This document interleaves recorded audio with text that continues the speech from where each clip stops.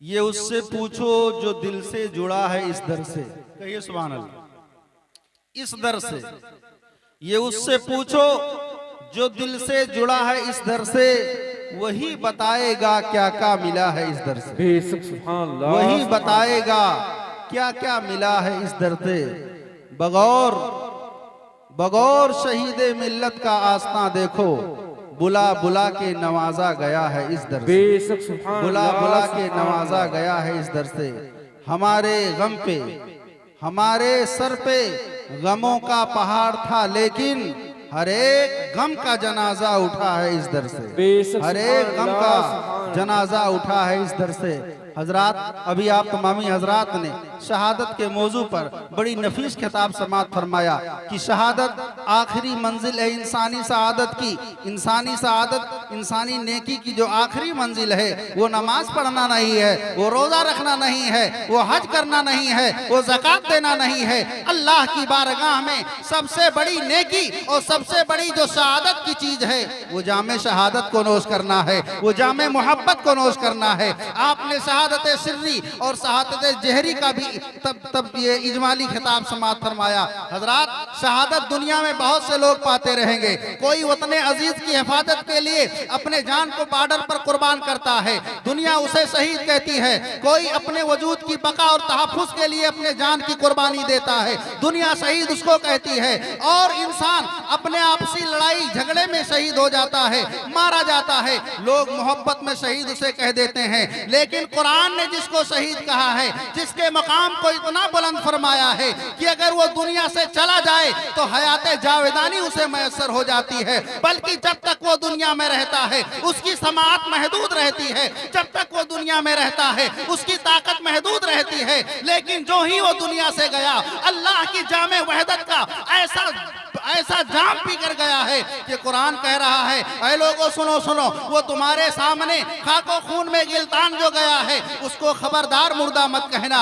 ऐ परवरदिगारे आलम, हम इंसान हैं, हमारी समझ बहुत मामूली है, हम तो अपने घर के अंदर जाकर उसको जो है सही मुर्दा सोच सकते हैं, समाज में उसका नहीं कहेंगे, लेकिन घर के काली कोठरी में गुमान कर सकते हैं। अल्लाह ने वहमो गुमान के पर्दे पर भी पर्दा लगा दिया है, इंसान को यह हुक्म दिया है, ऐ दुनिया वालों सुनो सुनो, अगर तुम्हारी किताब होती तो तुम उसके इख्तियार रखते, अगर तुम्हारी बनाई हुई किताब होती तो उसमें तुम इंटरफियर कर सकते हो। सुनो, ये तुम्हारे ईमान का मामला है। अगर तुम शहीदों को मुर्दा कहोगे तो तुम्हारा ईमान खत्म हो जाएगा, अगर शहीदों को तुम मुर्दा गुमान करोगे तो तुम्हारे ईमान का जनाजा निकल जाएगा। मौला शहादत क्या है? तो अल्लाह रब्बुल इज्जत इरशाद फरमाता है, शहादत वो खुशकिस्मती वाली नेमत है कि बंदे मोमिन आने वाहिद में दुनिया के तमाम मरातिब को तय करके अल्लाह का ऐसा कुर्ब हासिल करता है, ऐसा कुर्ब हासिल करता है कि जाती तौर पर सिर्फ उसका फायदा नहीं होता है,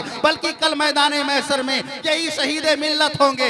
आज रात की तारीकी में हम उनके आस्थाने पर बैठकर खिराज अकीदत पेश कर रहे हैं। आज दुनिया में हम जिनसे मोहब्बत करते हैं, आपने तकरीरों के जरिए सुना होगा, किताबों के जरिए सुना होगा कि कल मैदान महशर में एक नेकी कमी हो जाएगी।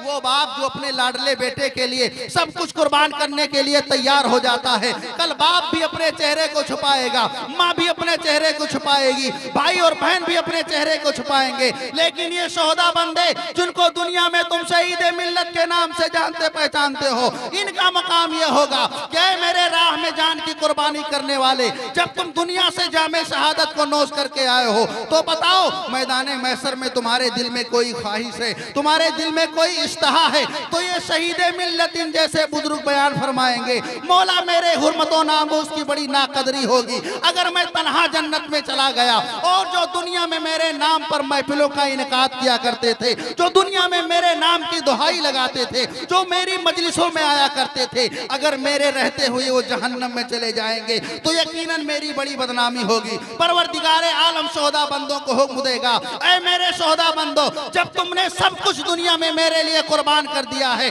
अपनी जिंदगी को जिंदगी नहीं समझा, अपने माल को माल नहीं समझा, अपने औलाद को औलाद नहीं समझा, तो जाओ आज मैंने तुमको इख्तियार दिया है, रात की तारीकी में, चाहे वो मुहर्रम के महीने में तुम्हारी बारगाह में खराज अकीदत पेश कर रहे हो, चाहे रजब के महीने में खराज मोहब्बत पेश कर रहे हो या फातिहा खानी करते हो, मैंने तुमको इख्तियार दे दिया है। अगर वो जहन्नम में भी चले गए हैं तो जाओ उनको जहन्नम से निकाल लो।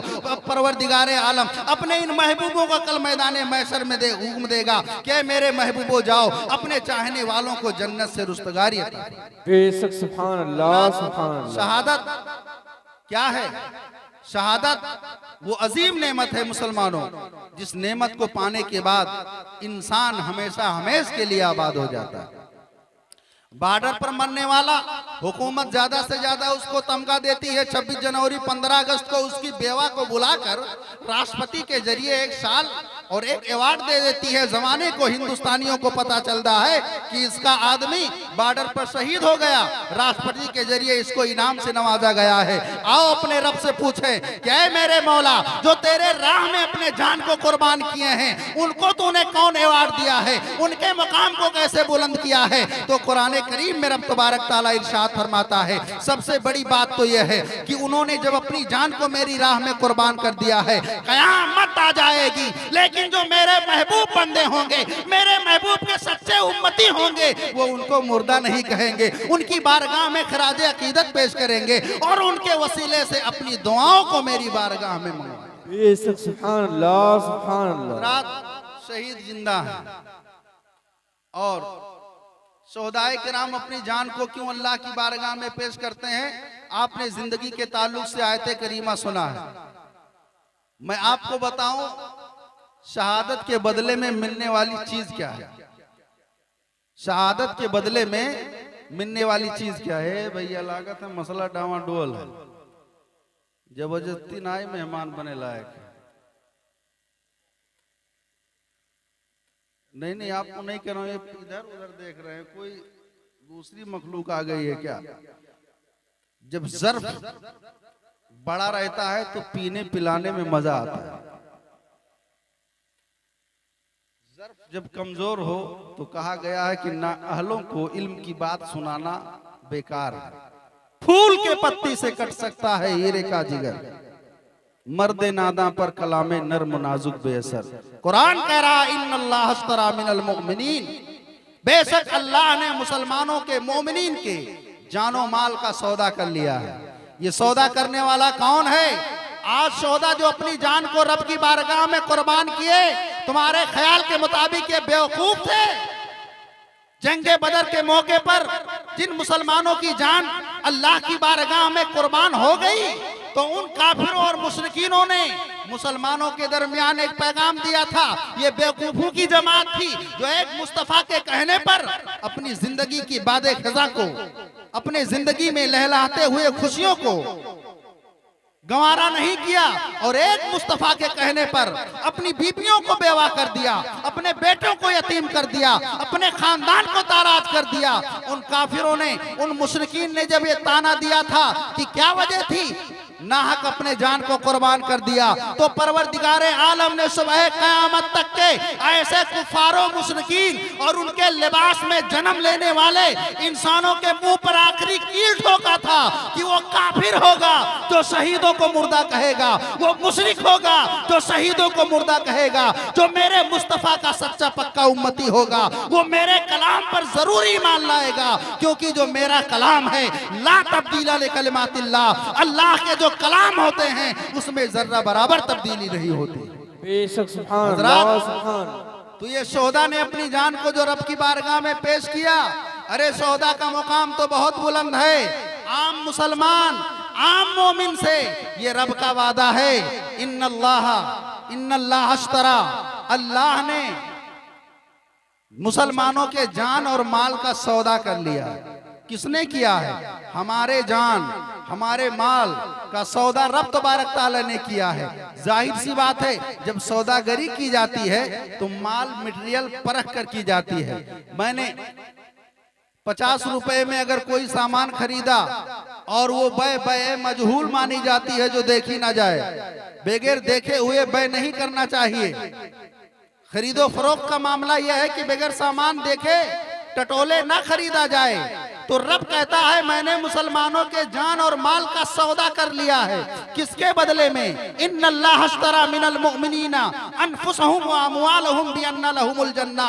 मुसलमानों के जानो माल का सौदा रब तबारक ताला ने जन्नत के बदले में कर लिया है। जन्नत के बदले में रब ने जब कर लिया तो बताओ पुरवा के मुसलमानों, बताओ पूरी दुनिया के मुसलमानों, जब रब ने सौदा किया है तो क्या तुम में किसी ने जन्नत को देखा है? बगैर सामान देखे हुए सौदा दुरुस्त नहीं है। तो मेरे आका सल्लल्लाहु अलैहि वसल्लम को अपना आखिरी नबी बनाकर इस दुनिया में भेजा और हमको उनका आखिरी उम्मती बनाकर भेजा और इरशाद फरमाया महबूब मेराज की रात तुम चले आओ, जन्नत को देख लो, ताकि मैंने तुम्हारे उम्मतियों के जानो माल का जो सौदा कर लिया है जन्नत के बदले में, जाकर तुम बता दो कि ऐ उमर तुम्हारा जन्नत यह है, ऐ अबू बकर सिद्दीक तुम्हारी जन्नत की महल यह है, ऐ उस्मान जन्नत तुम्हारा यह है, ऐ अशरे मुबस्सरा तुम्हारे जन्नत के महलात यह हैं, ऐ करबला के ताजदार सैयदुश शुहदा, ऐ जन्नती नौजवानों के सरदार, तुम जन्नती नौजवानों के सरदार हो, तुम्हारे महलात ये हैं, दुनिया में तुम्हारे गुलामों के महलात ये हैं। मुस्तफा जाने रहमत सौदा कराने वाले हैं। जन्नत को मुस्तफा ने देख कर आया, देख कर आकर अपने गुलामों को बताया और जब गुलामों को बताने लगे तो अबू बकर सिद्दीक ने कहा आमन्ना व सद्दकना, हजरत उमर ने कहा आमन्ना व सद्दकना, हजरत उस्मान ने कहा आमन्ना व सद्दकना, हजरत मौलाए कायनात ने कहा आमन्ना व सद्दकना, हजरत शेर खुदा ने कहा आमन्ना सद्दकना। जुमला साहबे किराम ने मुस्तफा के दीदारे जन्नत का इकरार किया, लेकिन अबू जहल के पेट में दर्द हो रहा है, अबू लहब के पेट में दर्द हो रहा है, उतबा के पेट में दर्द हो रहा है, शैबा के पेट में दर्द हो रहा है, कुफारे मक्का के पेट में दर्द हो रहे हैं, क्योंकि मुस्तफा गैब की बात बता रहे हैं, मरने के बाद जन्नत में जाना है, लेकिन गैब पर ईमान लाना ये मोमिनीन की सिफत है, गैब पर ईमान लाना ये मुसलमानों की सिफत है। परवरदिगार आलम ने अपने महबूब को जन्नत का दीदार कराया और कराने के बाद कहा महबूब तुम जाओ और अपने गुलामों को बता दो अगर ये अपने जान को मेरी राह में कुर्बान करेंगे तो इसका बदला जन्नत है, अपने माल को मेरी बारगाह में कुर्बान करेंगे तो इसके बदले में इनको जन्नत अदा कर दी जाएगी। तो हजरात ये शोहदा बंदे जो अपनी जानो माल को अल्लाह की बारगाह में कुर्बान करते हैं, ये मत समझो बेवकूफ हैं, इन्होंने तो ऐसा सौदा कर लिया है, ऐसा सौदा कर लिया है कि इनका खून अभी जमीन पर गिरने नहीं पाता है कि परवरदिगार आलम इनके मुकाम को जन्नतुल फिरदौस में जगह। बेशक सुभान अल्लाह सुभान अल्लाह।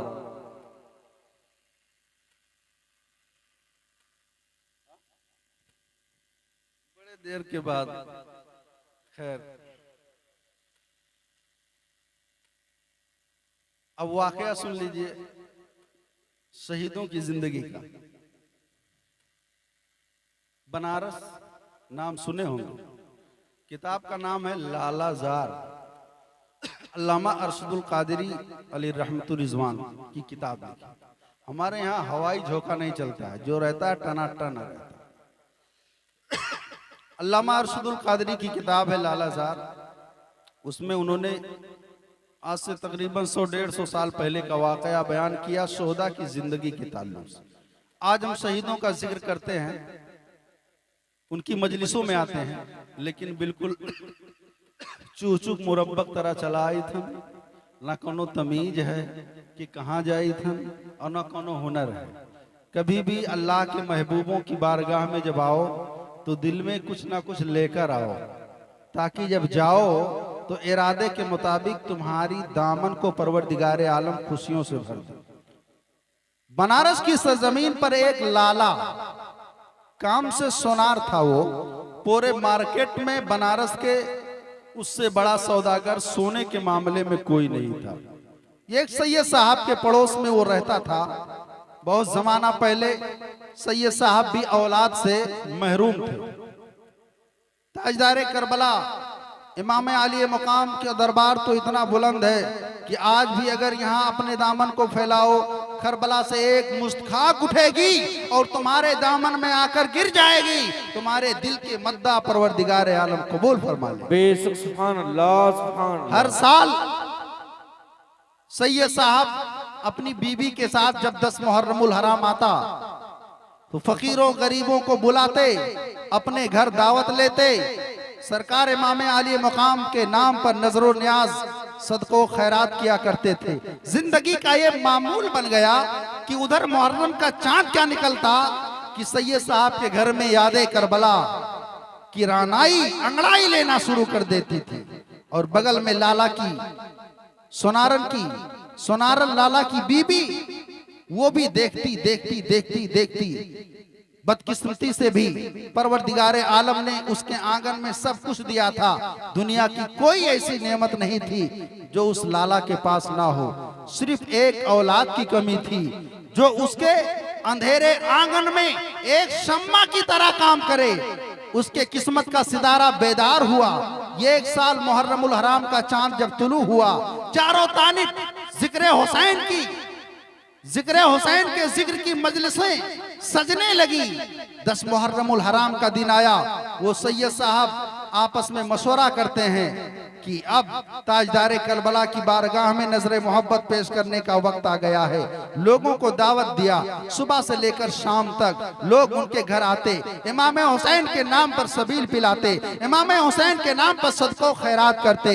ये एक दिन वो सोनार की औरत सैयद साहब के घर आती है। सैयद साहब के घर पहुंचने के बाद उनकी बीबी के पास बैठ जाती है, पूछती है, बहन आखिर मामला क्या है कि आज सुबह से लेकर शाम तक तुम्हारे घर लोगों का हुजूम है, लोग आते जा रहे हैं, कोई सबील पी रहा है, कोई खिचड़ा खा रहा है, कोई इमाम हुसैन का सदका लेकर जा रहा है। वो सैयद साहब की बीबी अपने आंखों में आंसू लाकर बयान करती हैं कि बहन क्या बताऊं, एक जमाना ऐसा था कि सब कुछ घर में मौजूद था लेकिन खुशी मैसर नहीं थी। हम मियाँ बीबी के पास कोई औलाद नहीं था।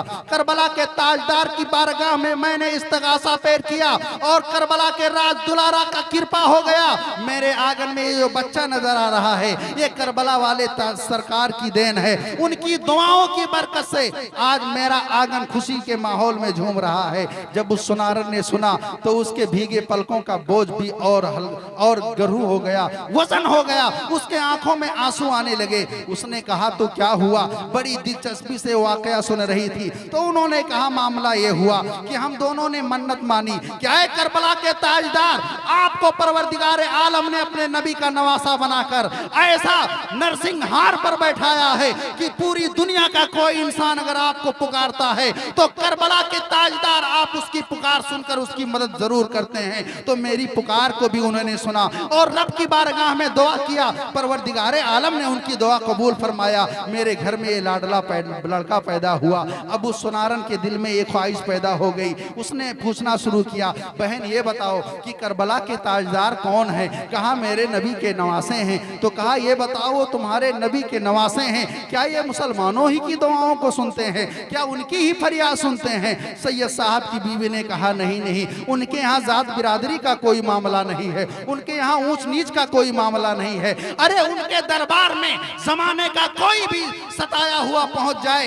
या पूरी दुनिया से कोई भी इस्तगासा करे तो वो तो अपने अपने हैं, गैरों को भी वापस नहीं करते हैं। क्योंकि उनके नाना जान का हाल ये था, उनके नाना जान के दरबार में अगर उनका दुश्मन आ जाया करता था तो वो भी अपने दामन को मुरादों से भर कर लेकर जाता था। क्योंकि उनके जिस्म में उनके नाना का खून दौड़ रहा है। उनके नाना ने उनको तो अपना बेटा कहा है, उनके वालिदे मोहतरम इमाम हुसैन ने उनको अपना जानसीन बनाया है। करबला के ताजदार की बारगाह इतनी बुलंद है कि दुनिया का कोई भी इंसान उसे पुकारे तो उनकी पुकार वो जरूर सुनते हैं। अब सुनारन की बीबी कहती है, क्या मैं भी पुकारूं तो मेरी पुकार वो सुनेंगे? कहा क्यों नहीं सुनेंगे। चुनांचे 10 मुहर्रमुल हराम का दिन है, लोग दुआ कर रहे हैं, सैयद साहब के घर इमाम हुसैन का सदका बढ़ रहा है। उस सुनार की बीबी ने अपने दामन को उठाया और कहा, ऐ करबला के राजा, ऐ करबला के राजदुलार, आज करबला के सिंगार पर आप बैठे हुए हो, मैं भी आपके नाना जान के चाहने वाली हूँ।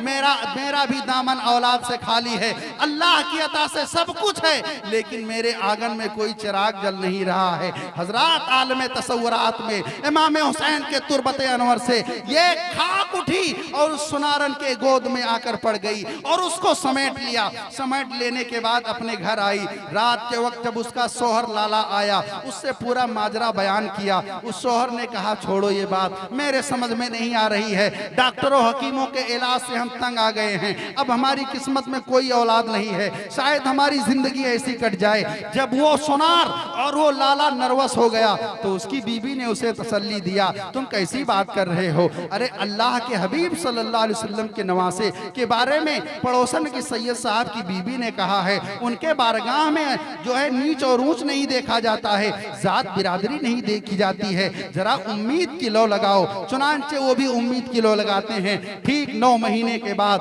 परवरदिगारे आलम के जानिब से उस सुनार और उस सुनार के सुल्ब से और उस सुनारन की पेट से जो एक नेमत की अतिया होती है वो एक बच्ची की शक्ल में होती है। जब वो पैदाइश उसकी हो जाती है उसके घर में बड़ी खुशी होती है, क्योंकि इमाम हुसैन की दुआओं के बरकत से लाला के घर में एक बच्ची पैदा हुई है। हजरात, जो बुजुर्गों के निस्बत से बच्चे या बच्चियां पैदा होते हैं वो पैदाइशी तौर पर बड़े किस्मत वाले होते हैं, क्योंकि उनके ऊपर उन बुजुर्गों का साया 24 घंटा रहा करता है। अब वो बच्ची बिल्कुल खूबसूरत अंदाज में जब इस दुनिया में आती है, उसके खूबसूरती का चर्चा पूरे शहर बनारस में हो रहा है। जो जो जवानी के दहलीज पर कदम रख रही है उसके हुस्न का चर्चा पूरे बनारस में हो रहा है। आखिर एक वक्त ऐसा आता है जब वो बालिग हो जाती है तो सैयद साहब की बीबी आकर कहती है, ऐ बहन, इस बच्ची का निकाह कहीं कर लो। उसने कहा, ठीक है, जिनके दुआओं से ये बच्ची पैदा हुई है, अगर उनकी कृपा हो गई तो यकीनन हम अपनी बच्ची की शादी करेंगे।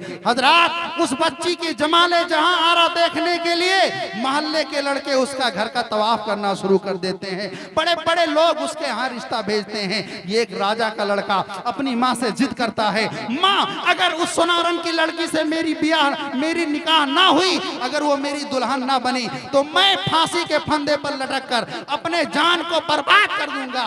उस राजा की औरत ने कहा, क्यों इतना जान जोखम में डाल रहा है? अरे तू राजा का लड़का है, वो तो मेरी रियाया है, वो जरूर अपने लड़की का निकाह। कौन आदमी है जो अपने लड़की का निकाह राजा के घर ना करना चाहते हो? उसका पैगाम आया, सुनारन की औरत ने इनकार कर दिया, कहा, नहीं, मैं तुम्हारे घर इसकी शादी नहीं करूंगा, जब इसके मुताबिक कोई लड़का मिल जाएगा तो हम शादी करेंगे। ये एक दिन सैयद साहब की बीबी ने कहा, बहन, जब लड़की जवान हो जाती है तो माँ बाप के बड़ा टेंशन रहा करता है, ये तुम्हारी लड़की सयानी हो गई है, अब इसके हाथ को पीला करने के लिए कुछ सोचो। हजरात मोहतरम, तारीख बढ़ती जा रही है, एक शरीफुल नस्ल इंसान का तलाश लिया जाता है। अब उस लड़की के रिश्ते का वक्त जब करीब आता है, हजरात देखो तसर्रुफ इमाम हुसैन का, देखो तसर्रुफ शोहदाए करबला का। अब वो लड़की जब जवान हो जाती है, बेहतरीन रिश्ता हो जाता है, अब वो दुल्हन बनने के लिए जब तैयार हो जाती है, माँ उसके पास आती है, उसके माथे को बोसा देती है, कहती है, बेटी सुन, आज जो कुछ तू हमारे सामने मौजूद है ये करबला के राज दुलारे की देन है। आज जो दुनिया में तू आई है ये करबला वाले की देन है, तो उनकी करबला वाले की देन है, उनकी जिंदा करामत है। हजरात, वो वक्त आया, ये दुल्हन बनकर जब अपने घर से निकल रही है, उधर राजा का लड़का होबास लड़कों के साथ कहता है, इसी रास्ते से सुनारन की बेटी दुल्हन बनकर डोले में बैठकर जाएगी। वो चंद लफंगों को रास्ते में छुपा देता है। तारीख गवाह है मुसलमानों, ये दुल्हन बनकर जब जाती है, दुल्हा भी उसके साथ है, बाराती भी उसके साथ है। रास्ता बड़ा पुरखार है, रास्ते में चोर डाकू छुपे हुए हैं। जब इसका डोला ये उस वादी में पहुंचता है, तमाम डाकू निकल पड़ते हैं, एक एक बारातियों को मारना शुरू कर देते हैं और इसके शोहर को भी कत्ल कर देते हैं। इसके शोहर का गला इसके जिस्म से जब अलग हो जाता है, जो ही बच्ची के पास वो अपने नापाक हाथ को बढ़ाते हैं, करबला के जानिब वो बच्ची अपने हाथ को उठाकर दुआ करती है, क्योंकि जिसने देखा था बचपने से लेकर जवानी तक, जो ही उसके घर कोई मुसीबत के बादल मंडराते थे तो इसके वालिदैन करबला वालों को पुकार कर उन मुसीबतों का दफिया किया करती थी। जब इसने देखा कि इसके शोहर का गला इसके जिस्म से काट दिया गया है, बारातियों को मार दिया गया है, फौरन करबला के ताजदार की बारगाह में अपने हाथ को उठाया और कहा, है करबला के बादशाह, आपके बारगाह में मेरी माँ ने मन्नत मांग कर मुझको मांगा था, आपकी दुआ से मैं दुनिया में आई हूँ, आज मेरे इज्जत व आबरू का सवाल है, आप मेरी मदद फरमाएं। तारीख गवाह है मुसलमानों, मोहर लिखता है, अभी वो बारगाह इमाम आली मकाम में इस्तगासा पेश कर रही है कि इतने में एक नूरानी शक्ल वाले बुजुर्ग आते हैं, चेहरे पर नकाब लगा हुआ है, घोड़े पर सवार हैं। आने के बाद उसके दुश्मनों को तहे देख करते हैं, मारने के बाद इसके शोहर का कटा हुआ गला इसके शोहर के गले में लाकर जोड़ देते हैं, इसका शौहर जिंदा हो जाता है। फिर वो घोड़े पर सवार होकर जाना शुरू कर देते हैं। वो बच्ची कहती है, ऐ हुजूर, आप कहां से तशरीफ लाए हैं? कम से कम आप जो आए हैं अपने जमाले जहां आरा की जियारत करा दीजिए, अपना नाम बता दीजिए, ताकि सुबह के वक्त जब तारीख लिखी जाए मुअर्रिख अपने कलम को उठाए तो कम से कम आपका भी जिक्र अपनी तारीख में लिख दे। चुनांचे वो इस्तिगासा करती है, ऐसे भयानक वक्त में आप जब हमारी मदद के लिए आए हो तो जरा अपने रुखे ज़ेबा की जियारत करा दीजिए, अपनी तारीफ बता दीजिए, आप कौन हो जो ऐसे भयानक वक्त में मेरी मदद करने के लिए आए हो। तारीख गवाह है मुसलमानों, इमाम आली मकाम रज़ी अल्लाह ताला अन्हु जो करबला के मैदान में एक जमाना पहले शहीद हुए थे, अपने रुखे अनवर को जब उठाते हैं, चेहरे जमाले आरा को वो सोनार की लड़की देखती है, वो देखने के बाद मचल जाती है, अर्ज करती है, सरकार जरा अपना नाम तो बता दीजिए। कहा, सुन अरे बच्ची, जिसकी आस्था तेरे माँ बाप की आस्था में हूँ, तेरे माँ बाप हर मुसीबत में मुझे पुकारा है। आज मैं करबलाए मोहल्ला में मौजूद था अपने मज़ारे-पुर अनवर के अंदर, और मैंने देखा कि तेरे ऊपर मुसीबत का बहुत बड़ा पहाड़ टूट उठा है, तूने मुझे पुकारा है तो आज मैं तेरी मदद के लिए आया हूँ। मैं और कोई नहीं हूँ, मैं वही करबला का राजदार, मैं वही करबला का ताजदार हूँ जिसकी बारगाह में तेरे माँ बाप हमेशा पुकारा करते थे। इमाम हुसैन उसको दुआ देते हुए वो करबलाए मोहल्ला की तरफ चले जाते हैं। तारीख गवाह है मुसलमानों, जिस गांव के बगल ये वाकया हुआ था, गांव के लोग सुबह जब आते हैं तो क्या देखते हैं, दुश्मनों के सर उनके जिस्मों से जुदा हैं, और इसका शौहर जो दुश्मनों के हाथ से शहीद हो गया था उसके जिस्म से इसका सर लग जाता है। पता ये चला जो शहीद बंदे होते हैं वो ऐसे जिंदा होते हैं कि सिर्फ जिंदगी का तस्वुर नहीं होता, बल्कि हमारी और आपकी मदद भी किया करते हैं, वो हमारी आपकी इमदाद भी किया करते हैं। शर्त यह है कि हम और आप उनकी बारगाह अजमत में अकीदत के बौछार अकीदत के मोती लुटाएं, तब जाकर उनकी बारगाह से हमें फैज़ मिलेगा। अल्लाह रब्बुल इज्जत की बारगाह में दुआ है कि मौलाए कदीर व जब्बार अपने महबूब पाक के नालैन के सदके, अपने महबूब के मुकद्दस नवासों के सदके वसीले से इस मजलिस मोहब्बत को जिन लोगों ने सजाया बसाया, बिलखुसूस मोहम्मद नज़ीर शाह ने और इनके जितने रफ़ाए कार ने तेरे महबूब बंदे शहीद मिल्लत की बारगाह में टूटे फूटे अंदाज में खराज अकीदत पेश किया, मौला कबूल फरमा और हम तमाम लोगों के जानिब से ये नजर मोहब्बत शहीद मिल्लत की बारगाह में कबूल फरमा और उनके फैज़ व बरक़ात से हम तमाम हाज़रीन को माला माल फरमा। वमा अलैना इल्लल बलाग।